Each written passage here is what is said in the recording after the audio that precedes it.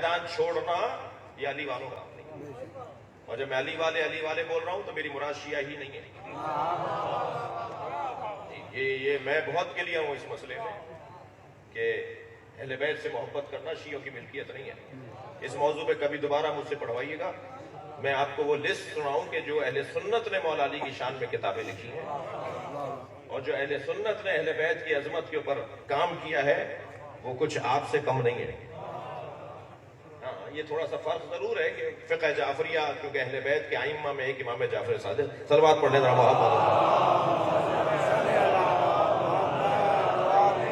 وہ امام اعظم ابو حنیفہ کے استاد بھی تھے اور ایک بہت بڑا نام ہے، اور ان کی فقہ پر عمل کرنے والے کو شیعہ کہتے ہیں اور جعفری کہتے ہیں۔ پیر زمین میں گاڑ لینا، بھاگنا نہیں، یہ پہلا اصول۔ انظر الی اقصی القوم، دوسرا اصول علی دے رہے ہیں، اپنی نگاہوں کو آخری دستے پہ رکھنا۔ جو چھوٹی سوچ رکھنے والے ہوتے ہیں وہ آگے نہیں بڑھ پاتے، دور تک دیکھنا ہے، مجھے وہاں جانا ہے، جب وہاں جانا ہے تو آگے والوں کو کاٹتے ہوئے چلے جاؤ۔ چھوٹی سوچ ہوگی تو آگے تک نہیں جا سکو گے۔ علامہ مجلسی نے اپنے بیٹے سے پوچھا کیا بننا چاہتے ہو؟ کہا ابا آپ جیسا بننا چاہتا ہوں۔ فرمایا کچھ بھی نہیں بنو گے۔ میں نے سوچا تھا کہ مالک اشتر بنوں گا تو مجلسی بناؤں گا، میں نے سوچا تھا سلمان فارسی بنوں گا تو مجلسی بناؤں۔ سوچ تو اونچی کرو۔ کیا بننا چاہتے ہو بیٹا؟ جی مستری بننا چاہتا ہوں۔ بڑا مقام ہے مستری کا جو مکان بنا رہا ہوتا ہے۔ اگر سوچ اپنی اوپر کرو، اونچا سوچو۔ ٹھیلا لگانے والے کا بچہ اونچا سوچ سکتا ہے یا نہیں؟ سب سے زیادہ سوچ کی بلندی اسے چاہیے جس کا ماحول بلند نہیں ہے، اور وہ کہاں سے سیکھ کر جائے کہ مجھے اونچا سوچنا ہے۔ خبردار اس کی دل شکنی نہ کرو کہ بڑا پتھر اٹھانے کی باتیں کر رہے ہو، تمہارا کام نہیں ہے، تم اس کے اہل نہیں ہو۔ خاص طور پر ماں باپ اپنے بچوں کو یہ کہہ کر حوصلہ شکنی نہ کریں کہ تم نہیں کر سکتے۔ کیوں نہیں کر سکتا؟ روٹی اسے کم کھلاؤ مگر پڑھاؤ اچھا، اور ہمت کرو کہ یہ اچھا پڑھے۔ معاشرے کو پڑھا لکھا جوان چاہیے، مستقبل ان کا بہتر ہے جن کی آج تعلیم بہتر ہے۔ اپنی نگاہوں کو آخری دستے پہ رکھو گے، اور جب تم میدان پہ پیر گاڑے رکھو گے اور آخری دستے پہ نگاہ رکھو گے تو کامیابی تمہارا مقدر ہے، علی کہہ رہے ہیں۔ پھر فرماتے ہیں جب کامیاب ہو جاؤ گے تو لوگ مرحبا بولیں گے، گولڈ میڈل ملے گا، ہار پھول تم پہ ڈالے جائیں گے، تمہارا استقبال ہوگا، تمہارے لیے شاندار محفلیں سجیں گی۔ اس وقت تمہارے ذہن میں ایک چیز آئے گی کہ تم کچھ ہو۔ مولا فرماتے ہیں وَاعْلَمُوا أَنَّ النَّصْرَ مِنَ اللَّهِ، اس وقت اپنے آپ سے کہنا کامیابی اللہ نے دلوائی ہے، میں نے کچھ نہیں کیا۔ کہیں متکبر نہ ہو جاؤ، کہیں تم اپنے ہاتھ سے ہی نہ نکل جاؤ۔ میرے عزیزو، کسوٹی اللہ یہ دے رہا ہے کہ میں اگر کسی کو نبی بناتا ہوں، رسول بناتا ہوں، امام بناتا ہوں تو میرے پاس دو پیمانے ہیں۔ وَجَعَلْنَا مِنْهُمْ، میں ہم ان میں سے کچھ کو امام بناتے ہیں۔ وَجَعَلْنَا مِنْهُمْ أَئِمَّةً، ہم ان میں سے کچھ کو امام بناتے ہیں جن میں یہ دو صفتیں ہوتی ہیں۔ لَمَّا صَبَرُوا، وہ صابر ہوتے ہیں۔ وَكَانُوا بِآيَاتِنَا يُوقِنُونَ، اور ہماری آیات پر یقین کامل رکھتے ہیں۔ جتنا صبر بڑھتا چلا جائے گا اتنا ہی انسان کا مقام بلند ہوتا چلا جائے گا۔ موت کی مجلس پڑھنے آیا ہوں، اسی طرح کی بات ہوگی۔ جتنا صبر بڑھتا چلا جائے گا اتنا ہی انسان کا مقام بلند ہوتا چلا جائے گا۔ مگر یہ کس نے کہا ہے کہ صابر اسے کہتے ہیں جو روتا نہ ہو؟ رونے سے صبر کا کوئی تعلق نہیں ہے، بلکہ نہ رونے والا تو شاید بیمار ہو، اسے علاج کرنا چاہیے۔ جیسے پیاس نہیں لگ رہی تو علاج کروانا چاہیے، بھوک نہیں لگ رہی تو علاج کروانا چاہیے، رونا نہیں آتا تو علاج کروانا چاہیے۔ رونا تو دل نرم ہونے کی عکاس ہے۔ جس کا دل نرم ہوتا ہے اس کی آنکھوں میں جلدی آنسو آتے ہیں۔ بچے جلدی کیوں روتے ہیں؟ دل نرم ہوتا ہے۔ عورتیں جلدی کیوں روتی ہیں؟ دل نرم ہوتا ہے۔ دل نرم ہونا تو معاشرے کی امن کی ضمانت ہے۔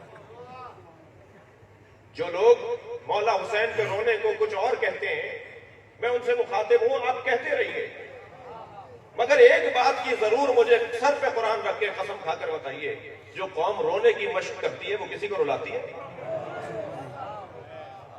ساری دنیا میں دہشت گردی کا شکار اگر کوئی قوم ہوئی ہو اور انہوں نے کہیں جا کر بدلہ نہ لیا ہو تو وہ وہی ہیں جو روتے ہیں۔ میں پوری دنیا میں پھر رہا ہوں، مجھ سے ملتے ہیں غیر مسلم بھی، وہ کہتے ہیں کہ جو حسین پہ رونے والے لوگ ہیں وہ اور مسلمانوں سے بہتر ہیں، ہم کہیں جا کے پھٹتے نہیں ہیں، ہم کسی کا گلا نہیں کاٹتے، ہم کسی کے گھر کو آگ نہیں لگاتے۔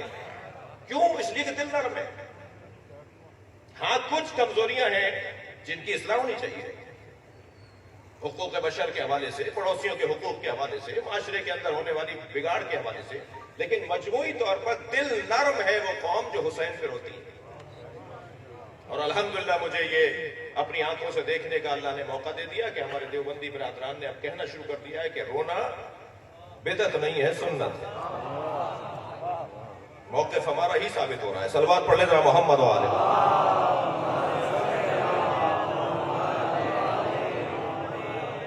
توجہ چاہوں گا۔ صبر یعنی استقامت، میدان میں رکے رہنا، ہمت رکھنا، حوصلہ رکھنا، میدان چھوڑ کے نہ جانا، کام اپنا جاری رکھنا۔ قرآن مجید میں ایک آیہ کریمہ ہے جس کا عنوان یہ ہے کہ اگر آخری زمانے میں کچھ لوگ دین سے پھر گئے اور مسلمانوں میں سے کچھ لوگ مسلمان نہ رہے تو ان کے جانے سے اسلام کو کوئی نقصان نہیں ہوگا۔ یا ایھا الذین آمنوا من یرتد منکم عن دینہ، اے صاحبان ایمان اگر تم میں سے کوئی مرتد ہو گیا، فسوف یأتی اللہ بقوم، اللہ ایک اور قوم کو لے آئے گا، تمہارے جانے سے کوئی فرق نہیں پڑتا۔ تمہارے جانے سے اللہ کا نظام لپٹے گا نہیں، تمہارے جانے سے مسجدیں بند نہیں ہوں گی، تمہارے جانے سے جلوس بند نہیں ہوں گے، تمہارے جانے سے مجلسیں ختم نہیں ہوں گی۔ تمہاری وجہ سے مسجد آباد نہیں ہے، تم مسجد کی وجہ سے صاحب عزت۔ چلے جاؤ، تمہارے جانے سے کیا فرق پڑتا ہے؟ کیسے کتنے کیسے لوگ آئے اور چلے گئے، ان کے جانے سے کچھ فرق پڑا؟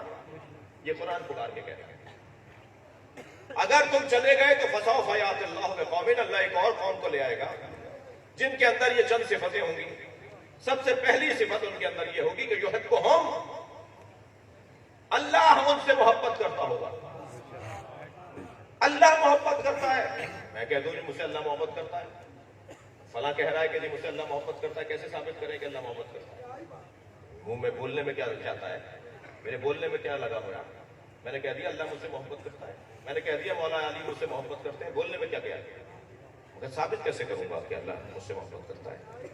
اللہ محبت کرتا ہے، اس کا ثبوت ہے توفیقات، نیکیاں میرے ہاتھوں سے ہوں، خیر پائیاں میرے ہاتھوں سے ہوں، اللہ کی مخلوق میرے ہاتھوں سے چین اور سکون میں رہے، میں کسی کو تکلیف نہ پہنچاؤں بلکہ لوگوں کے لیے نیکیاں اور خیر خواہیاں کرنے والا ثابت ہو جاؤں، میں لوگوں کے کام آنے والا بن جاؤں، میں ہاسپٹل بنا دوں، میں اسکول بنا دوں، میں یتیموں اور بیواؤں کے لیے کچھ نظام بنا دوں، میں کسی کے کام آ جاؤں، یہ دلیل ہے کہ اللہ مجھ سے محبت کرتا ہے۔ اس لیے کہ الخلق عیال اللہ، اللہ کی مخلوق اللہ کا خانوادہ ہے، اور اگر عیال کا کوئی خیال رکھتا ہو، اہل و عیال یہ لفظ آپ بولتے ہیں، اگر عیال کا کوئی خیال رکھتا ہو تو جو صاحب ہوتا ہے، اس عیال کا مالک ہوتا ہے، وہ اسے بہت چاہتا ہے کہ جو اس کی عیال کا خیال کرتا ہے۔ مخلوق الہی اللہ کی عیال ہے۔ میں کتنا کام آ رہا ہوں معاشرے میں انسانوں کے، میرے علاقے میں مجھے پتا ہے کتنی بیوائیں رہتی ہیں، میرے شہر میں مجھے پتا ہے کتنے یتیم ہیں جو اس وجہ سے پڑھائی سے ہاتھ اٹھا بیٹھے، اٹھا لیا کہ ان کا باپ مر گیا تھا، فیس دینے والا کوئی نہیں ہے۔ میں انتہائی مؤدبانہ گزارش کروں گا صاحبان حیثیت سے، بہت زیادہ نہیں، اپنی توان کے مطابق 2 4 5 جوانوں کو ڈھونڈ لو اپنے شہر میں جو اس لیے پڑھائی سے ہاتھ اٹھا رہے ہیں کہ انہیں پیسے نہیں ہیں کہ وہ فیس دے سکیں۔ اور اگر میں اپنی زندگی میں 5 بچوں کو بھی پڑھا کر اس دنیا سے میں چلا گیا تو جب تک وہ بچے اپنی تعلیم کی وجہ سے معاشرے کو اچھا بناتے رہے، خدمت کرتے رہے، اس صدقہ جاریہ میں میرا حصہ رہے گا۔ لما صبر، ہمت وَكَانُوا بِآيَاتِنَا يُوقِنُونَ. میں وہ آیت سنا رہا تھا آپ کو کہ ان میں جو چھ نشانیاں ہیں ان کی کہ جو اللہ ان کو لے آئے گا اگر کوئی مرتد ہو گیا تو. اس میں پہلی صفت یہ تھی کہ اللہ ان سے محبت کرتا ہے. دوسری صفت یہ ہے یحبونہ، وہ بھی اللہ سے محبت کرتے ہیں. تیسری صفت یہ ہے یجاہدون اذلۃ علی المؤمنین، مومنین کے سامنے وہ ذلیل اور خوار رہتے ہیں، عاجز و ناتوان رہتے ہیں، مومنوں سے اکڑ کر بات نہیں کرتے. اعزۃ علی الکافرین، اور کافروں سے اکڑ کر بات کرتے ہیں. یجاہدون فی سبیل اللہ، اور ہمیشہ کچھ نہ کچھ کرتے رہتے ہیں اللہ کی خاطر. میں یہ ترجمہ کروں گا، یہ نہیں کروں گا ترجمہ کے جو میدان میں تلوار چلاتے رہتے ہیں، نہیں، کچھ نہ کچھ اللہ کی خاطر کرتے رہتے ہیں، اسے مجاہد کہا جاتا ہے. اور پانچویں صفت یہ ہے کہ لا یخافون لومۃ اللائم، جس کے لیے میں نے آپ کو یہ آیت سنائی. وہ ملامت کرنے والوں کی ملامت سے خوف زدہ نہیں ہوتے. بڑی عنایت آپ کی توجہات میرے ساتھ ہے. دنیا کچھ کہتی رہے، اگر میں سچا ہوں، اگر میرا ضمیر مطمئن ہے، اگر میرے اندر کی پکار تائید کر رہی ہے، اکیلا بھی کھڑا رہوں تو یقین رکھوں کہ اللہ میرے ساتھ ہے. مصائب نہیں پڑھ رہا، مگر ایک جملہ میں کہنا چاہوں گا. کبھی غور کیا امام حسین کے نام پہ اتنا مجمع کیوں جمع ہوتا ہے؟ عاشور کے دن، چاہے چہلم کے دن، کربلا میں، ان مجلسوں میں، پوری دنیا میں امام حسین کے نام پہ اتنا مجمع کیوں لگتا ہے؟ اس لیے کہ حسین عصر عاشور کربلا میں اکیلے کھڑے تھے. جو اللہ کی خاطر اکیلا کھڑا ہو جائے اور اسے کوئی پرواہ نہ ہو کہ کون میرا ساتھ دے رہا ہے، پھر ساری دنیا، ساری مخلوق اللہ اس کے حوالے کر دیتی ہے. خود مولا حسین کا جملہ، لما صبروا کے بٹھے رہا میں کچھ دیر کے لیے، استقامت، مقابلہ، ڈرو نہیں، گھبراؤ نہیں، لوگ ساتھ نہیں دے رہے، لوگ ساتھ نہیں دے رہے، اکیلے ہو جاؤ گے، نہیں ڈرو، اکیلے ہو جاؤ گے. آج تم اکیلے ہو گئے. 200 سال تک، 2 صدیوں تک امام حسین کے بارے میں رائے مختلف تھی. کہتے تھے امام حسین نے حکومت سے ٹکرا کر اپنا نقصان کیا ہے. آج رائے بدل گئی ہے. انسان کو بیدار تو ہو لینے دو. ہر قوم پکارے گی ہمارے حسین. جیسے جیسے شعور بڑھتا جا رہا ہے، سمجھ میں آ رہا ہے کہ حسین حق پر تھے. اس وقت تو پریشان رہو گے، اس وقت تو اکیلے رہو گے، لیکن آئندہ تمہارا ہے، مستقبل تمہارا ہے. تنہا نہیں ہو، اکیلے نہیں رہو گے. بھائی تمہیں کیا مصیبت آئی ہے، تم یہ کام کر رہے ہو، کوئی ساتھ نہیں دے گا، کیوں ایسا کر رہے ہو. مذمت کرنے والے حتیٰ گھر سے ہوتے ہیں لوگ، بعض اوقات ماں باپ بھی ایسی بات کر رہے ہوتے ہیں. لیکن نہیں، لما صبر ہو، میدان میں ڈٹنا ہے، حالات کا مقابلہ کرنا ہے، اور حالات کا رونا نہیں رونا. اس وقت میں اور آپ، ہم سنی، شیعہ، مسلم، غیر مسلم، جو یہاں تشریف فرمائے ہیں، ہم جس دروازے پر بیٹھے ہیں نا، وہ اہل بیت کا دروازہ ہے. اہل بیت کے عنوان سے ہم بیٹھے ہوئے ہیں. تو اہل بیت جن کے نام پر ہم جمع ہیں نا، وہ زمانے کو مڑ کر نہیں دیکھتے تھے، موڑ کر دیکھتے تھے. حالات سے متاثر ہونا یہ اس گھرانے کا شیوا ہی نہیں ہے. حالات کو بدلنا اس گھرانے کا شیوا ہے. فرشتوں نے آ کر حالات خراب نہیں کیے، ہمارے ہی جیسے لوگوں نے حالات خراب کیے، تو ہم ہی ٹھیک کریں گے. خراب کرنے والوں کو آخرت میں عذاب ملے گا، اور ٹھیک کرنے والوں کو انعام ملے گا. ہو جاؤ ان لوگوں میں سے کہ جو ٹھیک کرنے والے ہیں.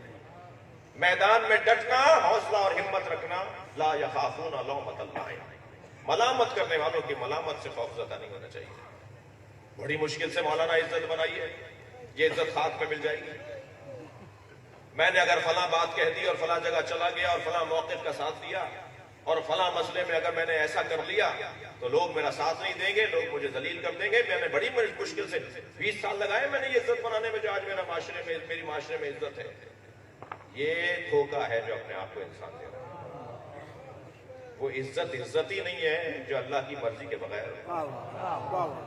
جب میں طے کر رہا ہوں، جی حضور،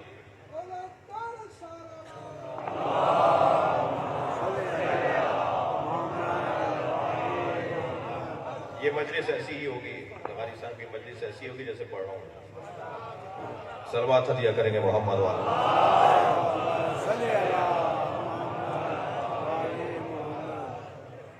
میں چاہوں گا تھوڑی دیر اور میرا ساتھ دیں. کہنے لگے جی وہ عزت ساتھ میں مل جائے گی، عزت داؤ پر لگ جائے گی. عزت برباد ہو جائے گی، بڑی مشکل سے عزت بنی ہے. یہ عزت نہیں ہے جسے میں نے عزت سمجھا. عزت کسے کہتے ہیں؟ تعریف کر دوں. علم کی تعریف ہے، غیرت کی تعریف ہے، شجاعت کی تعریف ہے، سخاوت کی تعریف ہے، آپ کی تعریف ہے، میری تعریف ہے، اس مائک کی بھی تعریف ہے، تعریف کی بھی تعریف ہے. ہر چیز کی ایک تعریف ہوتی ہے. عزت کی تعریف کیا ہے؟ عزت کی تعریف، اچھا یہ علماء کرام تشریف فرمائے، مدرسوں سے وابستہ تشریف فرمائے، عربی گرامر جاننے والے، منطق اور فلسفہ پڑھنے والے بیٹھے ہیں. تعریف کبھی جملے میں ہوتی ہے، کبھی تشبیہ کے ذریعے ہوتی ہے، کبھی تمثیل کے ذریعے ہوتی ہے. اگر مثال کے طور پر مجھے کسی خوبصورت جوان کی تعریف کرنی ہے تو میں تمثیل کے ذریعے کرتا ہوں. چاند ہے یہ، تو چاند جب میں اسے کہہ رہا ہوں یہ تمثیل ہے. میں نے چاند اسے کہہ کر یہ بتایا ہے کہ یہ خوبصورت ہے. تو تمثیل کے ذریعے سے میں تعریف کر رہا ہوں عزت کی. کیل کو تصور میں لے کر آئے. کیل، میر، کوکو، کیل. یہ کیل 3 جگہ پر ٹھوکی جا سکتی ہے. کبھی یہ کیل دیوار میں ٹھوکی جاتی ہے. اگر دیوار مضبوط ہے تو کیل ٹیڑھی ہوگی، ٹوٹے گی. پھر کہتے ہیں جی پھر فولاد کی کیل لے آؤ. فولاد کی کیل بھی نہیں جاری تو پہلے ڈرل کرو. تو یہاں سے مقابلہ زیادہ ہو رہا ہے دیوار کی طرف سے، تو اسی لیے آپ نے مشین لگائی ہے تاکہ وہ سوراخ کرے. یہ جو مقابلہ ہو رہا ہے نا، یہ کیفیت عزت کی کیفیت ہے. دیوار اتنی ہی صاحب عزت ہے جتنی دیر لگ رہی ہے کیل اندر جانے میں. اور بالآخر دیوار بہرحال دیوار ہے، اس میں کیل چلی جاتی ہے. وہ مقابلہ ضرور کرتی ہے مگر ہاتھ دھو بیٹھتی ہے اور ہار مان جاتی ہے، اور بالآخر اس کے اندر کوئی غیر داخل ہو جاتا ہے. یہ کیل آپ کبھی کبھی بیٹھ جاؤ میرے لال، یہ کیل کبھی کبھی آپ لکڑی پر بھی ٹھوکتے ہیں، مگر جتنی دیر اسے دیوار میں جانے میں لگتی ہے اس سے کم دیر، اس سے جلدی یہ لکڑی میں چلی جاتی ہے. دیوار اتنی ہی صاحب عزت ہے اور لکڑی اتنی ہی کم عزت ہے. 2 ضربوں میں اندر چلی جاتی ہے. یہ لکڑی اس کو اپنے اندر جگہ بنانے دے رہی ہے. جتنی جلدی جگہ بنانے دے گی اتنی ہی عزت میں کمزور ہے. مگر ایک جگہ اور بھی کوشش کی جاتی ہے، کیل کو پتھر پہ ٹھوکا جائے. جب آپ کیل کو پتھر پہ ٹھوکتے ہیں نا تو پتھر ٹوٹ جاتا ہے مگر جگہ نہیں بنا دیتا. اسے کہتے ہیں عزت. عزت اسے کہتے ہیں کہ میں مر جاؤں گا مگر غیر کو جگہ نہیں بنانے دوں گا. اب سمجھ میں آتا ہے امام حسین نے کیا فرمایا. میں مر جاؤں گا مگر کسی کی بیعت نہیں کروں گا. صلوات پڑھے محمد و آل محمد.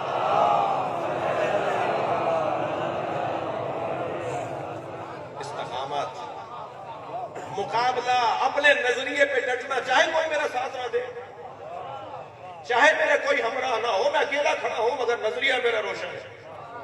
اسے کہتے ہیں صاحب عزت. لما صبروا، اور اس کے بعد والا عنوان وَكَانُوا بِآيَاتِنَا يُوقِنُونَ. اللہ کی آیات پر اللہ کہہ رہا ہے کہ ہماری آیات پر جو یقین رکھتے ہوں گے وہ ہوں گے جنہیں ہم مقام اور عظمت عطا کریں گے. اللہ کی آیات پر یقین. ایک جنگ تھی، ایک مجاہد کا بازو کٹ گیا، دشمن نے وار کیا، اس کا ہاتھ کٹ گیا. اپنا کٹا ہوا ہاتھ اپنے سالم ہاتھ میں اٹھا کر مولا علی کی خدمت میں آیا. کہنے لگا یا علی میرا ہاتھ کٹ گیا ہے. خون بہ رہا تھا، کٹا ہوا ہاتھ اس کے ہاتھ میں تھا. مولا نے اس کے کٹے ہوئے ہاتھ سے اس کا کٹا پوری بازو اس کا جوڑا اور کچھ پڑھنا شروع کیا. ہاتھ جڑ گیا، جیسے کٹا ہی نہیں تھا ایسے ہو گیا. تو کہنے لگا مولا آپ نے کیا پڑھا ہے؟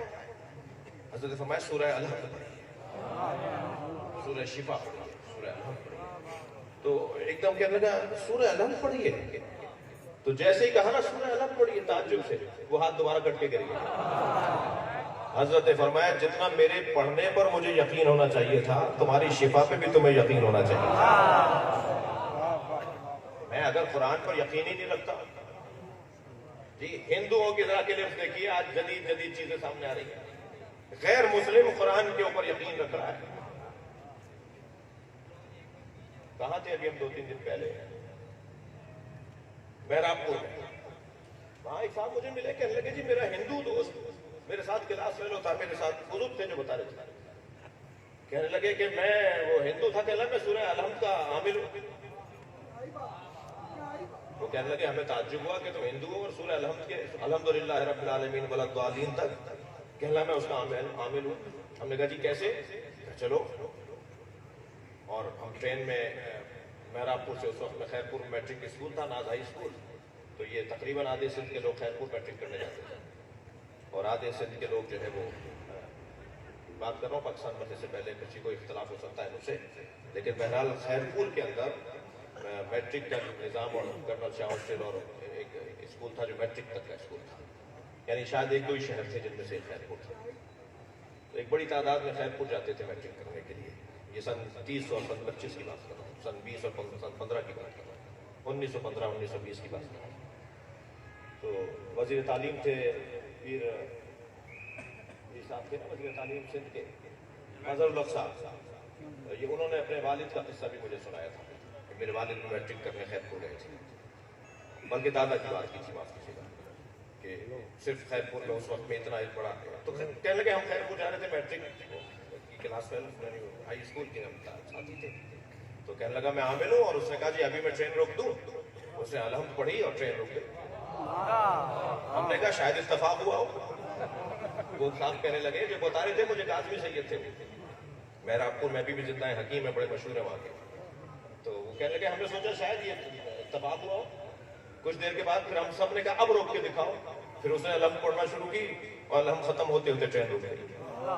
کہا 4 مرتبہ ہم نے پسند کے مطابق ٹرین رکوائی اسے، اور وہ بندہ ڈھونڈتا ہوا آتا تھا کہ کسی نے رسی کھینچی ہے، کسی نے کچھ کیا ہے. کچھ بھی نہیں ہوتا تھا. تو یہ ممکن ہے بھائی. ہاں مجھے پتا ہے میں اتروں گا ممبر سے تو شاید کوئی مجھے پکڑ لے، پھر مسلمان ہونا کیا ضروری ہے. اللہ اکبر. کوئی ایک سورے کا عامل ہو جائے تو تم اسے ماننے کو تیار ہو، اس علی کو نہیں مان رہے جو پورے قرآن کا عامل ہے. نعرہ تکبیر، نعرہ تکبیر، نعرہ رسالت، نعرہ رسالت، نعرہ حیدری، نعرہ حیدری، محمد و آل محمد بلندر سلوات. میں حضور عامیانہ خطیب ہوں، میں عوامی خطیب ہوں، تو مجھے ہر طرح کی دلیل دینی ہوگی. مجھے اس بچے کے لیے بھی کچھ دلیل دینی ہوگی، اور اس پڑھے لکھے دوست کے لیے بھی کچھ دلیل دینی ہوگی. مجلس میں سب کچھ لے کر جائیں تو پھر مجلس ہے، ورنہ تو یونیورسٹی کی کلاس بنے گی. یہاں ایک مزاج کے لوگ. صلوات پڑھ لیں ذرا محمد و آل.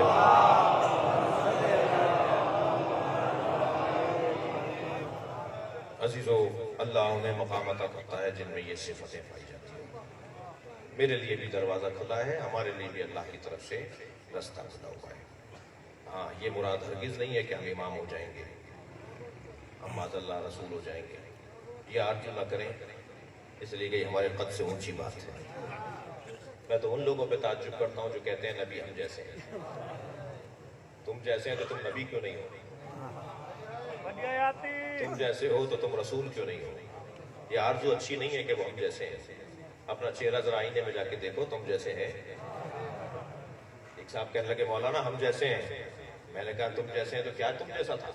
کہنے 2 آنکھیں، 2 پیر، 2 ہاتھ، 2 کان، ناک، بیوی بچے، چلنا پھرنا. تو میں نے کہا پھر کہہ دوں کہ شمر تم جیسا ہے، یزید تم جیسا ہے. تو ناراض ہو گئے، کہنے لگے آپ نے مجھے شمر جیسا کر دیا. میں نے کہا جی کیا فرق ہے، اس کی بھی ساری چیزیں تھیں. کہنے لگے کہاں وہ اور کہاں ہم. میں نے کہا یہی تو ہم کہہ رہے ہیں، کہاں مصطفیٰ کہاں تم، کہاں علی کہاں تم. تو اپنے آپ کو پہچانو، دیکھو. وہ بات نہ کرو کہ جو تمہارے بس کی نہیں ہے. اللہ نے انہیں صاحب عظمت قرار دیا ہے اور ہمارے لیے رہنما قرار دیا ہے. ان کی زندگیوں کی رہنمائی ہمارے لیے فائدہ مند ہے. مولا علی کا جملہ، ایک اپنے بیان کا آخری جملہ آپ کو سنا کر آپ سے رخصت لوں گا. چند جملے مسائل کے پڑھوں گا. مولا فرماتے ہیں اے میرے چاہنے والوں میری مدد کرو. نہج البلاغہ آیونی، میری مدد کرو. علی کی کون مدد کرے گا؟ ہم کیا مدد کریں گے مولا کی؟ کیا مطلب ہے؟ بالتقوی، تقوی کے ذریعے میری مدد کرو. گناہ نہ کرو، علی کی مدد کرو. اپنے آپ کو سنبھالے رکھو، یہ علی کی مدد ہے۔ اور میرے بچوں، جوانوں، تقویٰ کے لیے لمبی داڑھی رکھنا ضروری نہیں ہے، تقویٰ کے لیے سر پہ ٹوپی اور پگڑی باندھنا ضروری نہیں ہے، تقویٰ کے لیے مجھے کوئی حلیہ بنانا ضروری نہیں ہے۔ تقویٰ یعنی پرواہ، تقویٰ یعنی توجہ، تقویٰ یعنی احساس، تقویٰ یعنی خیال۔ اللہ کو یاد رکھو بس۔ جیسے مصلی پر قربت اللہ کہہ کے وضو کر کے کھڑے ہوتے ہو، ایسے بازار میں بھی یاد رکھو کہ اللہ دیکھ رہا ہے، ایسے افسروں میں، آفسوں میں بھی یاد رکھو کہ اللہ دیکھ رہا ہے۔ ماں فوق کے قریب جاؤ تو چاپلوسی نہ کرو، اس لیے کہ اس کے اوپر بھی کوئی ہے، وہ دیکھ رہا ہے۔ ماں تحت سے ملو تو اسے ذلیل نہ کرو، اس لیے کہ اس کا بھی کوئی مالک ہے جو تمہیں دیکھ رہا ہے۔ بس ہر جگہ اللہ کی یاد۔ میں ان لوگوں کے لیے بھی تھوڑا سا راستہ دے رہا ہوں جو اللہ کو نہیں مانتے، وہ اللہ کی یاد میں رہیں، انہی کے فائدے کی بات ہے۔ اس معنی میں، جس معنی میں کہہ رہا ہوں کہ ہم اللہ کو تو نہیں مانتے، تم اللہ کی یاد میں رہو گے نا تو تمہارا ہی فائدہ ہے، چاہے اللہ کو نہ مانتے ہو۔ یہ کیسے حل ہوگا؟ کسی اور موقع پر۔ صرف میرے بچے آج اتنی سی بات لے لیں۔ جو دہریے ہیں نا، کہتے ہیں ہم اللہ کو مانتے ہی نہیں ہیں، ان سے سوال یہ ہے کہ اللہ کے ماننے میں نقصان ہے یا فائدہ ہے؟ اللہ کے ماننے میں معاشرہ کنٹرول میں رہتا ہے، آئیڈیالوجی روشن ہو جائے۔ میں اس کائنات کو کسی اللہ کے زیر نظر دیکھتا ہوں یا ایٹم کے زیر نظر دیکھتا ہوں؟ ایٹم کے زیر نظر دیکھتا ہوں تو پھر کوئی پوچھ کر صحیح نہیں، کوئی سوال جواب ہی نہیں ہے، کوئی حساب کتاب ہی نہیں ہے، بس ہڑبونگ ہے، بے نظمی ہے، سب اپنے منہ کام کرتے رہے۔ لیکن اگر میں اللہ کے نظام کے مطابق، اللہ کے تصور کے ساتھ اس کائنات کو دیکھتا ہوں تو پھر میرا فائدہ ہے اس میں، کوئی مجھے پوچھنے والا تو ہے؟ میرا نہیں، آپ کا، ہمارا، سب کا، لہذا ہم سب کا فائدہ ہے عقیدہ توحید کی ذریعے سے۔ معاشرتی فائدہ ہے، سماجی فائدہ ہے، انسانی اقدار کا فائدہ ہے، انسانی قدروں کا فائدہ ہے اگر میں کسی کو اللہ مان لوں۔ چلیے ان کے دروازے پر جنہوں نے اللہ ثابت کیا ہے۔ لقن صاحب کا بڑا حسین جملہ فرماتے ہیں کہ اللہ کے وجود پہ دلیلیں تو انگنت ہیں، یہ دلیل کہ اللہ ہے، وہ دلیل کہ اللہ ہے، وہ دلیل کہ اللہ ہے، لیکن عصر عاشور حسین کا اطمینان، مطمئن ہے، یہ سب سے بڑی دلیل ہے وجود الہی۔ اللہ ہے، حسین کا اطمینان دیکھو۔ اور جب اپنے چھوٹے سے بچے کا لاشا اٹھایا، اتنا چھوٹا لاشا تھا، 6 مہینے کا بچہ کتنا بڑا ہوتا ہے، مگر حسین سے وہ لاشا اٹھ نہیں رہا تھا۔ کبھی آگے جاتے تھے، کبھی پیچھے آتے تھے، کبھی دائیں جاتے تھے، کبھی بائیں جاتے تھے، کبھی اسے دیکھتے تھے، کبھی سامنے دیکھتے تھے۔ سوچ رہے تھے ماں دیکھے گی تو مر جائے گی، بہن نے دیکھا تو بہن مر نہ جائے، کیا گزرے گی اس ماں پر جس کا یہ دودھ پیتا وہ بچہ ہے۔ حسین ابھی اس کیفیت میں تھے کہ پھر ایک جملہ مولا حسین کا مقتل نگاروں نے لکھا کہ آسمان کو دیکھ کے فرمایا خف بن علیہ انہ بعین اللہ، یہ مصیبت مجھ پہ آسان ہے اس لیے کہ مجھے یقین ہے میرا اللہ دیکھ رہا ہے، جسے مجھے دکھانا تھا نا وہ دیکھ رہا ہے، وہ مجھ سے مطمئن ہے کہ میں نے اپنی قربانی پیش کر دی۔ وجود پروردگار پر حسین کا اطمینان۔ عزیزو، عجیب میں نے داستانیں دیکھی ہیں تاریخ کی کتابوں میں اور مقتل کی کتابوں میں۔ پہلے تو یہ بات روشن کر دوں کہ زیادہ تر کربلا کے واقعات یزیدی لشکر کے سپاہیوں نے بیان کیے، ہم نے یہ کیا، ہم نے یہ دیکھا، ہم نے یہ دیکھا۔ اور اقرار جرم جو ہوتا ہے وہ قاعدہ قانون کے مطابق معتبر ہوتا ہے۔ عدالت میں اگر کوئی مجرم کہے کہ میں نے یہ کیا ہے تو پھر اس پہ یہ نہیں دیکھا جائے گا کہ راوی سچا تھا یا جھوٹا تھا، وہ تو قاتل تھا بھائی، بد کردار تھا، مگر مجرم تھا اور اقرار کر رہا ہے کہ میں نے کیا ہے۔ زیادہ تر واقعات ہم پر اعتراض ہوتا ہے نا کہ اتنی جزوی باتیں آپ کو کیسے پتہ چل گئی، یہ کہاں سے لے آئے آپ اتنی ساری باتیں، کربلا میں یہ ہوا، کربلا میں وہ ہوا۔ مختار کے دربار میں کھڑے ہو کے یزیدی سپاہیوں نے جو اقرارات کیے ہیں نا، پکڑ پکڑ کے لائے جاتے تھے، انہوں نے کہا جی ہم نے ایسا کیا، ہم نے ایسا دیکھا۔ مثلا ایک سپاہی کہتا ہے میں نے دیکھا جب حسین گر رہے تھے تو گرتے ہوئے اشارہ کر کے کہتے تھے مجھے نہیں چاہیے، لا واللہ لا واللہ، کسی کو دیکھتے تھے اور اشارہ کر کے کہتے تھے لا واللہ مجھے نہیں چاہیے۔ دوسری طرف گرنے لگے گھوڑے سے تو سنبھلتے ہوئے اس طرف دیکھ کر کہا لا واللہ مجھے نہیں چاہیے۔ یہ سپاہی نے تو یہ بتا دیا کہ حسین آخری وقت میں جب زخموں سے چور گھوڑے سے گر رہے تھے تو اشارہ کر کے کہتے تھے مجھے نہیں چاہیے، مگر وہ کہنے لگا کوئی ہمیں نظر ہی نہیں، ہمارے علاوہ کوئی تھا ہی نہیں، کون حسین کو کیا دے رہا تھا؟ اور حسین کس سے کہہ رہے تھے کہ مجھے نہیں چاہیے؟ میں ایک عارف، ایک اللہ کے ولی کی خدمت میں تھا، وہ روتے ہوئے کہنے لگے فاطمہ زہرا کہتی تھی میری گود میں آ جائے۔ کبھی نبی آگے بڑھ کر کہتے تھے اے میرے حسین میری گود میں آ جاؤ، حسین گر رہے تھے، فرماتے تھے اماں یہ میرا امتحان ہے۔ نبی سے فرماتے تھے نا یہ میرا امتحان ہے، مجھے گرنے دیں۔ ایک یزیدی لشکر کا سپاہی کہتا ہے کہ میں نے حسین کو 10 سپاہیوں کو مارتے مارتے حسین نے تلوار کھینچ لی، تلوار روک دی، نہیں مارا، انہیں بھاگنے دیا، یہ میں نے دیکھا۔ سر پر تلوار لے آئے حسین جب اپنا دفاع کر رہے تھے، بالکل سر پہ تلوار لا کے کھینچ لی، اسے بھاگنے دیا۔ کہنے لگے جب 10 سپاہیوں کو میں نے حسین سے بچتے ہوئے دیکھا، حسین نے انہیں چھوڑ دیا، مارا نہیں، تو مجھے تعجب ہوا کہ معاملہ کچھ اور ہے۔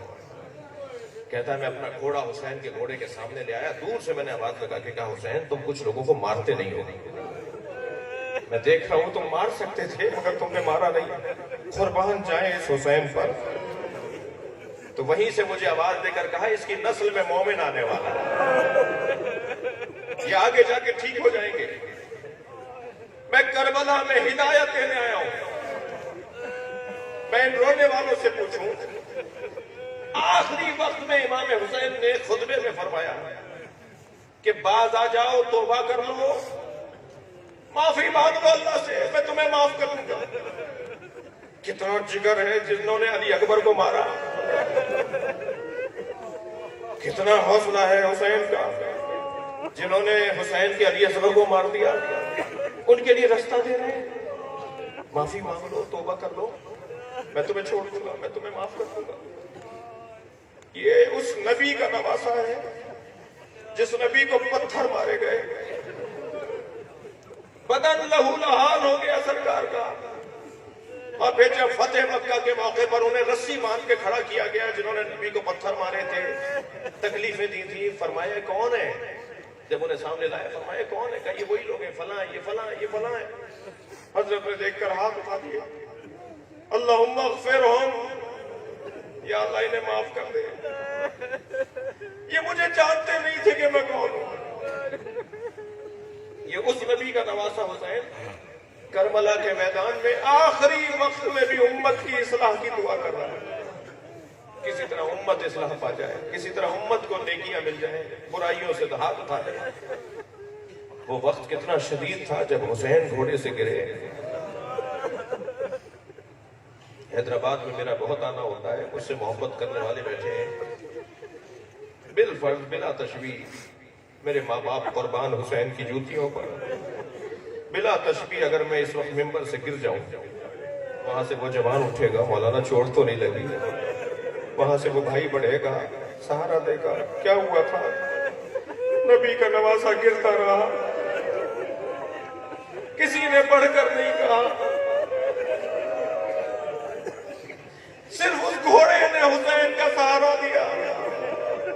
فرمایا ذوالجناح مجھ سے بیٹھا نہیں جا رہا، اتنے زخم لگ چکے تھے، گھوڑے نے اپنے گھٹنے ٹیک دیے کہ حسین گرے تو تکلیف کم ہو، جتنی بلندی سے کوئی گرے گا اتنی تکلیف زیادہ ہوگی۔ اس نے اپنے پیر زمین پر گھٹنے ٹیک دیے کہ حسین زمین پر گرے تو فاصلہ کم ہو جائے، بلندی کم ہو جائے اور حسین کو تکلیف کم ہو۔ جب وہ زمین پر آ گئے نا مولا تو پسرے ساز کی آواز آئی کوئی ذوالجناح کو تیر نہ مارے، میں نے بچپن میں نبی کو اس پہ بیٹھے دیکھا ہے، اسے پکڑ کر لے آؤ، میں تبرک کے طور پر اسے رکھوں گا۔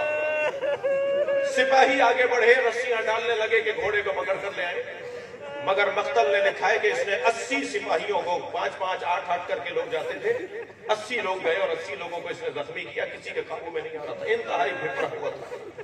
گھوڑا جب بکھر رہا ہوتا ہے بڑا غصے میں ہوتا ہے، اس کیفیت میں یہ گھوڑا تھا، اور جب دیکھا کہ بہت سارے لوگوں کو اس نے زخمی کر دیا تو پھر پسر سعد نے جو کربلا کے اس واقعے کا ذمہ دار تھا یزید کی طرف سے، عبید اللہ بن زیاد کی طرف سے، اس نے آواز دی چھوڑ دو دیکھو کرتا کیا ہے۔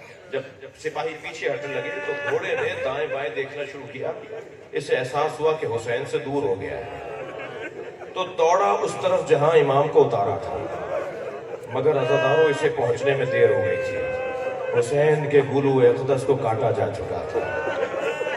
اس نے حسین کے گلے سے نکلنے والے خون سے اپنی پیشانی کو رنگین کیا اور زمین کربلا پہ ایسے پیر مار رہا تھا جیسے ماتم کر رہا ہو.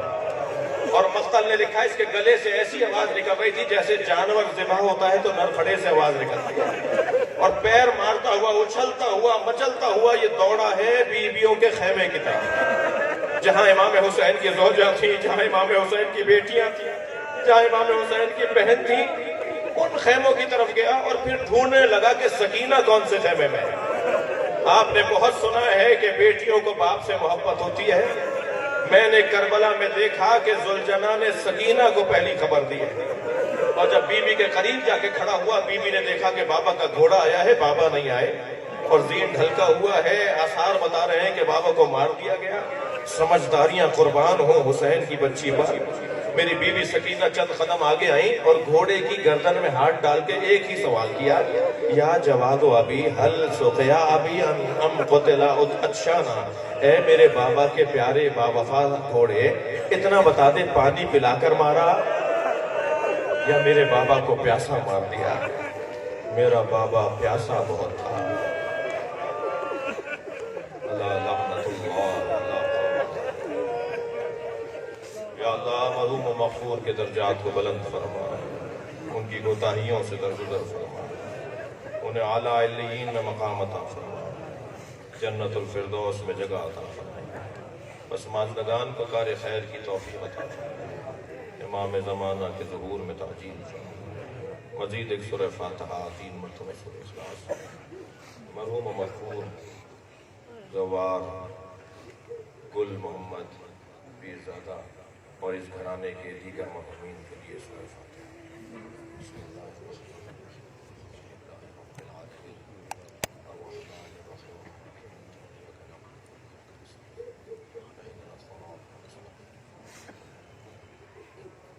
غیر المغضوب علیہم. بسم اللہ الرحمن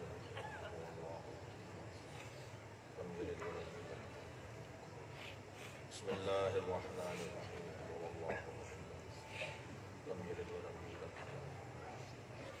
بسم اللہ الرحمن الرحیم.